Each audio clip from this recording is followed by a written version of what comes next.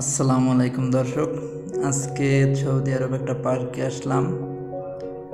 এটা আমাদের ওদিকে যেরকম বসুন্ধরা ফিউচার পার্ক সেরকমই বিশাল শপিং মল, তার ভিতরে খুব সুন্দর বাচ্চাদের খেলনার জন্য বিভিন্ন সব কিছুই আছে, দেখতেই পাচ্ছেন। খুবই সুন্দর একটা দৃশ্য,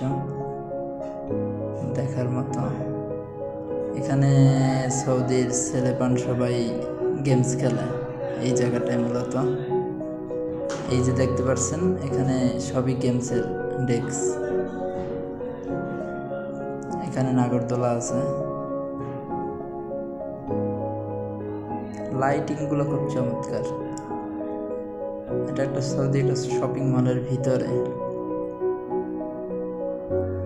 লাইটিং দৃশ্যটাও খুব সুন্দর। কিন্তু কি বলবো, যেখানে যাই সেখানে সৌদির মহিলারা বেশি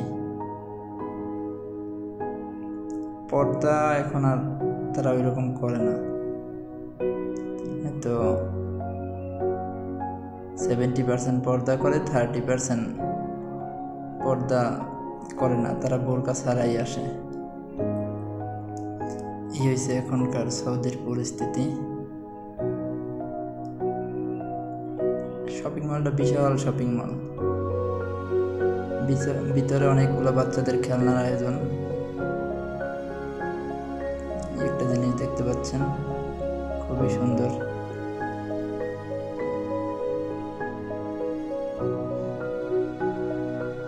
আমাকে ঢাকায়ও বসুন্ধরা ফিউচার পার্ক এরকম সবকিছুই আছে বাচ্চাদের।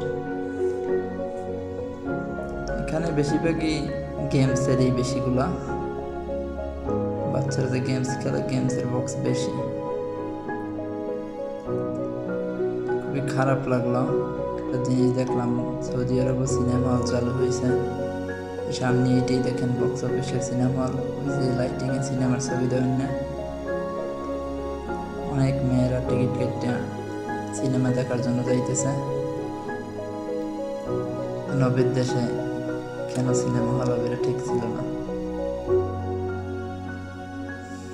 যাই হোক, আরো সামনে এগোই, দেখি কি দেখা যায়। আমি ওই জায়গায় নিয়েও আগে কখনো আসিনি, কিন্তু খুব দৃশ্যটা খুব সুন্দর। শপিং মলটার ভিতরের লাইটিং বলেন খুবই সুন্দর। লাভস রিয়াদ দেখার মতন একটা শপিং মল।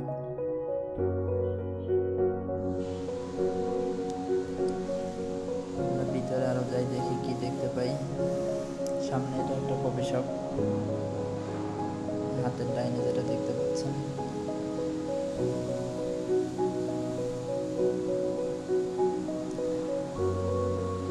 এই দেখছেন, সৌদিয়ান কিছু কিছু মেয়েদের অবস্থা খুবই খারাপ। তারা সিঙ্গাপুরের মতন জামা কাপড় ড্রেস পরে। এই যে সৌদির পরিস্থিতি, ছোটকালে শুনতাম মামার মুখে সৌদি নাকি খুব পর্দাশীল রাষ্ট্র, কিন্তু হয়তো তখন ছিল, এখন ওইটা এরকম আর নাই। এই জন্যই তাদের ড্রেস আপ এইরকম।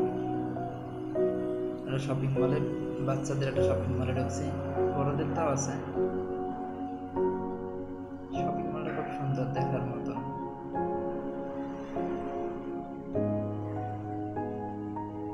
বড় শপিং মল,